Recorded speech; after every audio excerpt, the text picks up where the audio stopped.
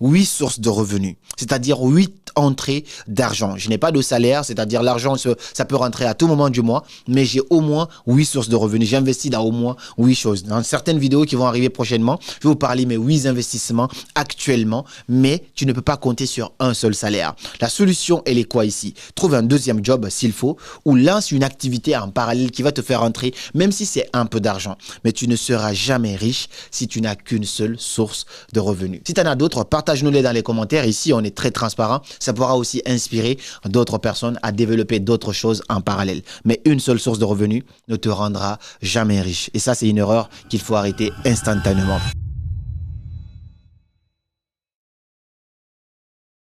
La deuxième grosse erreur qui empêche beaucoup de gens, et moi aussi, qui m'a bloqué pendant des années, aujourd'hui, quand je pense à ça, j'ai la boule au ventre, c'est-à-dire, ça me met en colère limite. Cette deuxième erreur, c'est quoi? C'est de ne pas investir mon argent, de croire que mon épargne qui est là va me rendre riche.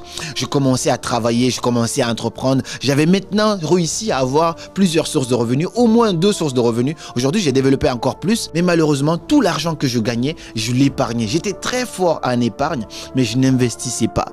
Et à un moment donné, aujourd'hui, quand j'ai fini de me former sur énormément de choses, j'ai même pas fini, je continue encore, j'ai regardé des tas de formations, de vidéos sur la bourse, sur les ETF par exemple, sur la crypto-monnaie.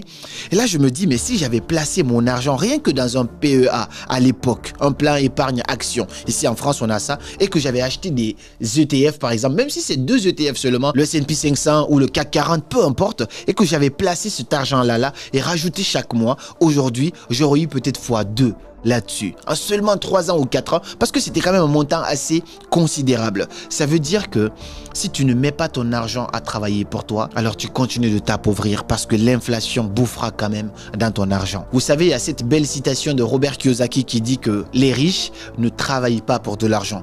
Il faut en sorte que l'argent travaille pour eux. Et quand il dit que l'argent travaille pour eux, il ne parlait pas d'autre chose. Même moi, je n'avais pas compris ça durant des années. C'est tout simplement parce qu'ils investissent leur argent. Investir son argent, c'est par exemple le placer à la bourse, l'investir dans les bitcoins, parce que ça c'est le plus sûr de toutes les crypto-monnaies, l'investir dans l'immobilier, mais faire en sorte que l'argent travaille pour toi. Si aujourd'hui tu as une épargne, c'est important d'avoir de la sécurité. Maintenant, au-delà de cette sécurité-là, il faut que tu prennes des risques. C'est uniquement comme ça que tu peux devenir riche. Et ça, aujourd'hui, quand je m'assois, je regarde, je prends du recul sur derrière, ça me ronge de l'intérieur, mais il n'est jamais trop tard. On est encore assez jeune et il est temps de reprendre ses finances en main.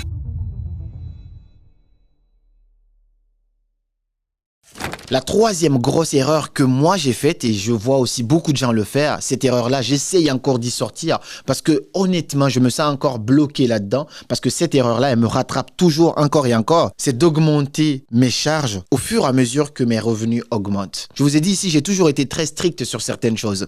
Quand j'avais pas d'argent, je roulais à vélo.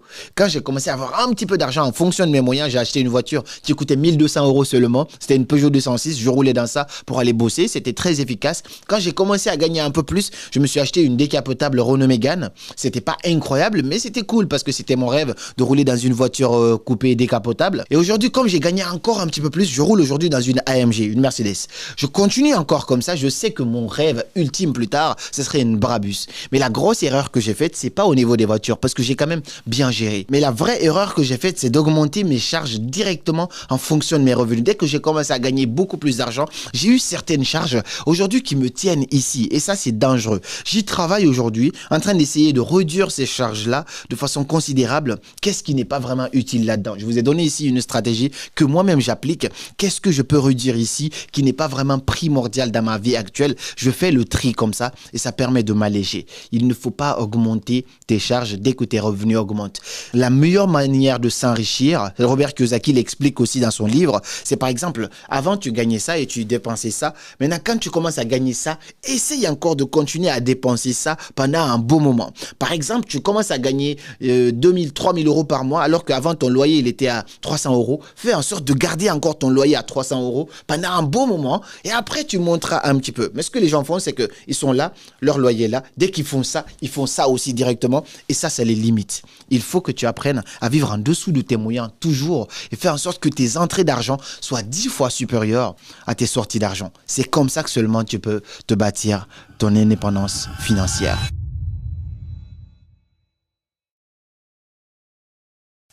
La quatrième erreur qu'il faut absolument éviter ici à propos de l'argent, c'est de prêter à un proche quelque chose que tu n'es pas prêt à perdre. J'ai perdu des amitiés comme ça, des personnes auxquelles j'avais réellement confiance. J'ai prêté de l'argent et puis finalement on me dit ouais, je vais te rembourser à tel moment. Finalement tu n'es jamais remboursé et ça brise des amitiés. Mon conseil ici c'est quoi? Prête seulement de l'argent que tu es prêt à perdre, c'est-à-dire dont tu ne dépends pas forcément. Ça c'est la première chose. Deuxièmement, si tu as une bonne relation avec quelqu'un et que tu n'es pas sûr que la personne te rembourse, ne prête pas. Donne si tu peux donner. Donne un peu. Si on te demande 10, donne 1 si tu peux donner. Mais ne prête pas si tu tiens encore à cette amitié-là. L'argent, c'est quelque chose qui brise, qui divise, qui sépare des gens. Si tu prêtes à un proche à toi, quelqu'un à qui tu as réellement confiance, quelqu'un avec qui tu as une bonne relation, le fait que tu l'aies prêté de l'argent, ça peut transformer votre relation en autre chose. Quand les gens viennent te demander de l'argent, ils te supplient, ils sont en bas. Le jour où tu vas réclamer ton argent, tu deviens l'ennemi. Ça, c'est une erreur que beaucoup de gens ne savent pas. Aujourd'hui, par expérience, c'est ça. J'ai des copains, Dieu merci, c'est des personnes tellement fiables. C'est-à-dire, j'ai un ami, à tout moment, il m'appelle. Je le sais, je ne vais pas le citer ici. À tout moment, il m'appelle. Prête-moi ça, je lui prête. Parce que je sais qu'il m'a toujours remboursé. Mais il y a des personnes, quand il me dit prête-moi, je cherche dans ce qu'il m'a dit prête-moi. Là, si je peux donner un peu, je donne. Mais je ne prête pas. Parce que je tiens à notre amitié par expérience. Ne prête que ce que tu es prêt à perdre. Et si tu tiens vraiment à ton amitié avec quelqu'un, alors évite de prêter de l'argent. En tout cas, si tu dois prêter, tu lui poses des bases concrètes. Tu dis, écoute, d'accord, on est amis, mais là, on va rendre ça très professionnel. On va écrire, on va signer, on va avoir un témoin, on cachette. Même la religion, c'est ce qu'elle dit. Donc, alors tu fais ça. Comme ça, tu es sûr de récupérer ton argent. Sinon, alors sois prêt à perdre ton argent. Ça, si tu ne le sais pas, je te l'apprends aujourd'hui. C'est hyper important.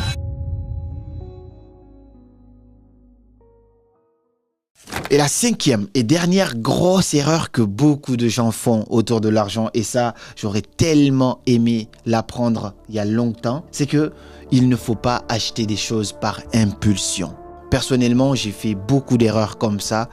Tu vas dans un supermarché, tu n'as pas prévu d'acheter, mais tu vas juste accompagner quelqu'un et tu vois que la personne commence à acheter. Toi aussi, tu es impressionné parce que là, tu es absorbé par des années d'études des marketeurs et des psychologues sociaux, ainsi de suite. Finalement, tu es exposé à ça. Tu vas commencer à dépenser alors que tu n'avais pas prévu ça.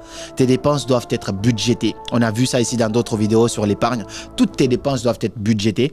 Alors, évite d'investir dans l'impulsion. C'est Will Smith qui le réitère, c'est pas lui qui l'a créé ou inventé cette citation, mais il le réitérait dans une vidéo, donc c'est lui, j'ai entendu dire ça. Il disait que la plupart du temps, les gens achètent des choses dont ils n'ont pas besoin avec l'argent qu'ils n'ont pas, donc à crédit, pour impressionner des gens qu'ils n'aiment pas. Et ça, c'est dangereux, c'est néfaste. Aujourd'hui, fais-toi une liste de priorités. Si tu as besoin des choses, assieds-toi, écris-les. Écris-les clairement, voici mes besoins actuels. Et laisse la nuit passer, parce que la nuit porte conseil. Le lendemain, réveille-toi encore, regarde ta liste et dis-toi vraiment, est-ce que tout ça, c'est essentiel? Si oui, dans ce cas-là, tu peux aller faire tes achats. Sinon, alors, tu peux effacer ça de ta liste. Et surtout, ne t'expose pas à la tentation des dépenses. Tu vas dans un restaurant luxueux. De temps en temps, il faut faire ça pour élever tes standards. Mais tu accompagnes des gens alors que toi, tu n'es pas prêt. Tu sais que ta poche, c'est pas solide. Tu t'exposes à cela. À un moment donné, tu vas devoir dépenser. Et toutes ces petites choses-là t'empêchent de budgétiser, d'épargner de l'argent ou de l'investir quelque part. Voici des petites erreurs qu'il faut absolument éviter à propos de l'argent. Et si tu as envie de travailler sur tes finances, de te former sur comment épargner beaucoup d'argent, n'hésite pas. Il y a un lien dans la description. Tu peux prendre un rendez-vous avec moi, que ce soit sur ton business ou sur tes finances. On peut travailler ça, t'aider à bien structurer ton argent, mieux épargner et savoir comment tu peux investir ton argent et arrêter de laisser l'argent dormir comme ça. Le lien se trouve dans la description. On fait un petit appel de 15 minutes et en fonction de ça, on saura comment te rediriger. Voici pour cette vidéo. Je vous laisse le numéro du groupe Lanala dans la description. Appelez et prenez des informations. Et moi, je vous donne rendez-vous le 10 mai à Dakar pour un méga concert éducatif. Et comme toujours, c'était Karamo. Suivez vos rêves.